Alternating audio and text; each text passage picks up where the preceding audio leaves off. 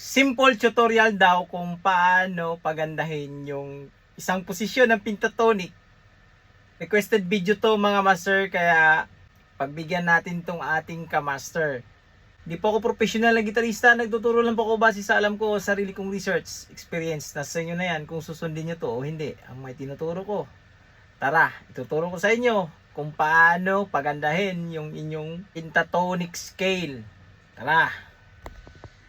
Yan, ito yun mga master. Yan, napakasimple lang itong tutorial na to mga master, kaya makinig kayo mga master. Yan, kitang-kita nyo yung fretboard dyan.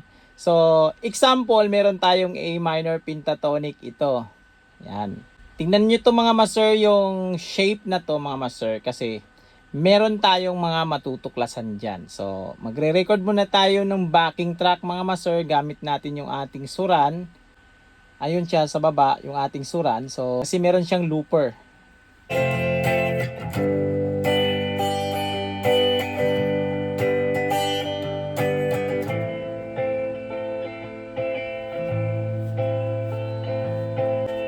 Off muna natin mga master.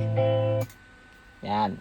So, may na-record na tayo mga master. Meron tayong chord progression na A, G, at F. Yan. Dito lang tayo sa isang shape na to, yung ating A minor pentatonic. Yan, ito.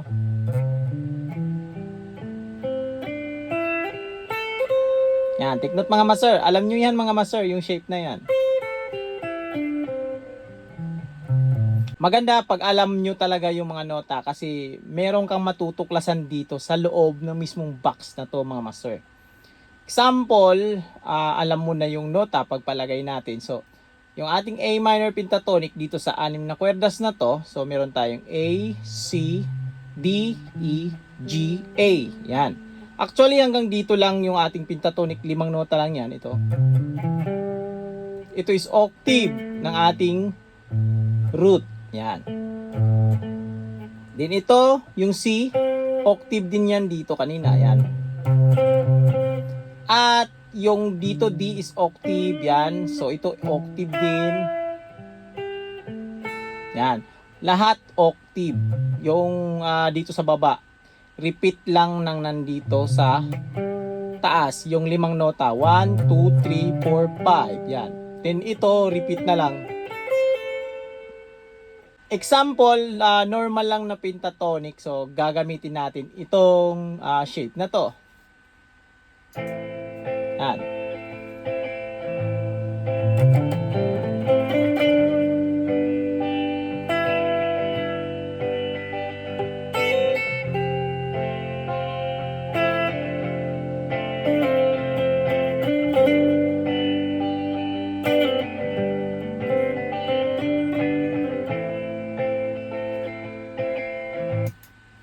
So, yan, yung ating normal na pentatonic.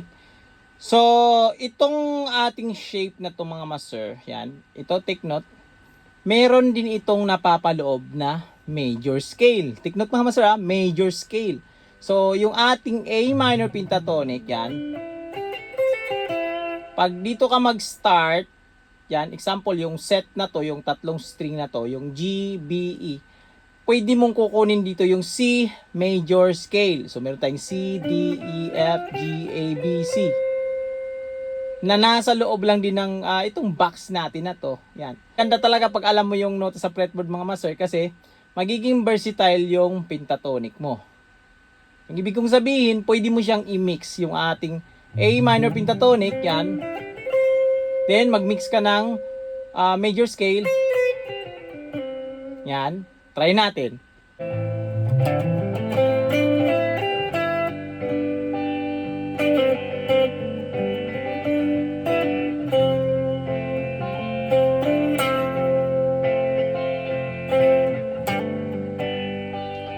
Major scale.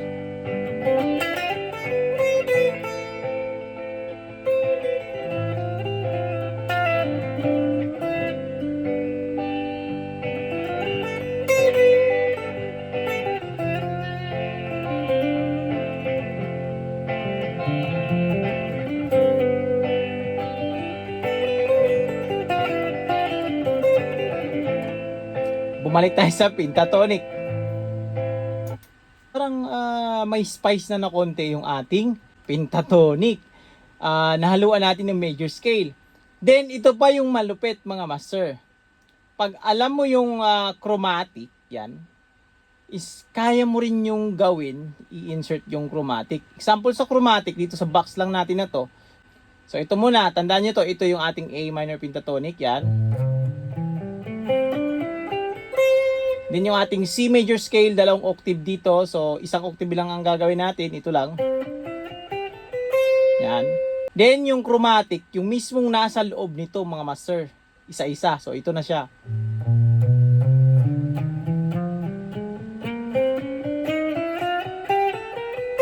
Yung finger exercises, yan. Pwede mo kasi siyang ilagay. Basta hindi ka mahuhuli sa timing. Kumbaga, talagang ano mo lang siya. Kumbaga, padaanan mo lang siya ng bahagya. Parang ganito. Take note mga master pentatonic.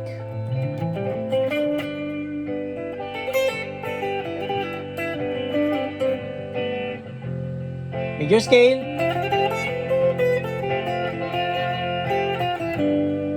Chromatic. Pentatonic. Chromatic. Major scale.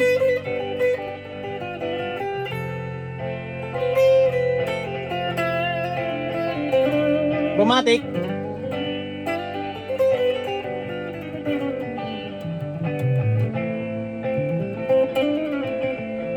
At ito pa yung matindi. Pag alam mo yung mga nota mo, yan, kumbaga hindi ka na lang naka-stick dito sa mga posisyon na to or pattern na to.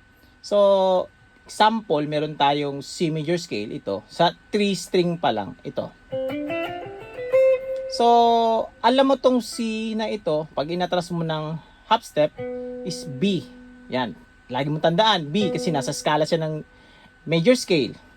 Din itong ating D, ring finger ito, alam natin ito na pag gagawin nating whole step, galing dito is E, which is kasama rin sa skala. So, whole step lang talaga gagawin natin dito para hindi tayo magsisintonado. Yan. Kumbaga, pag dito ka, alam mo to, pag iatras mo B, pag dito ka naman, D, alam mo to, pag iabanti mo ng dalawa, ito, whole step, E. Pag nandito ka sa baba, alam mo ito na pag iabanti mo ng isa is F. Then pag iatas mo ng dalawa, yan, full step, patras. So meron tayong D. Yan. Yan. Kumbaga magwa-wide range na yung abot mo. Tapos yung dito sa ating high E, meron tayong A. Alam mo tong A na ito, G ito, pag E, atas mo na naman. Then pag napunta ka na dito, example dito, C. So C, alam mo to, pag whole step is D. Yan, makukuha mo. So ito muna, yung pentatonic lang muna na hindi tayo lalabas dun sa box.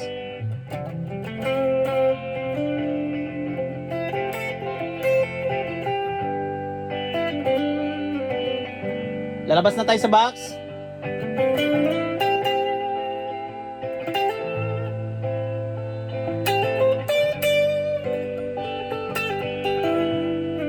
Balik.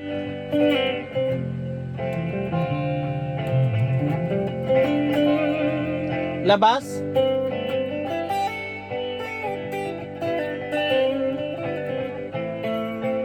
Then, major scale tayo.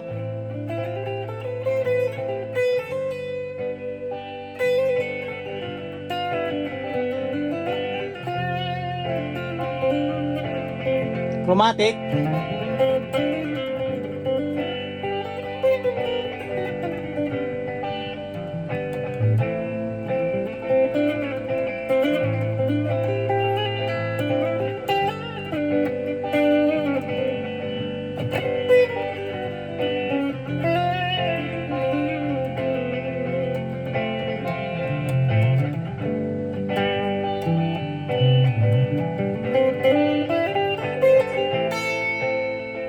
O di ba mga master, napaka ganda na yung pentatonic mo pag meron kang technique na ganito.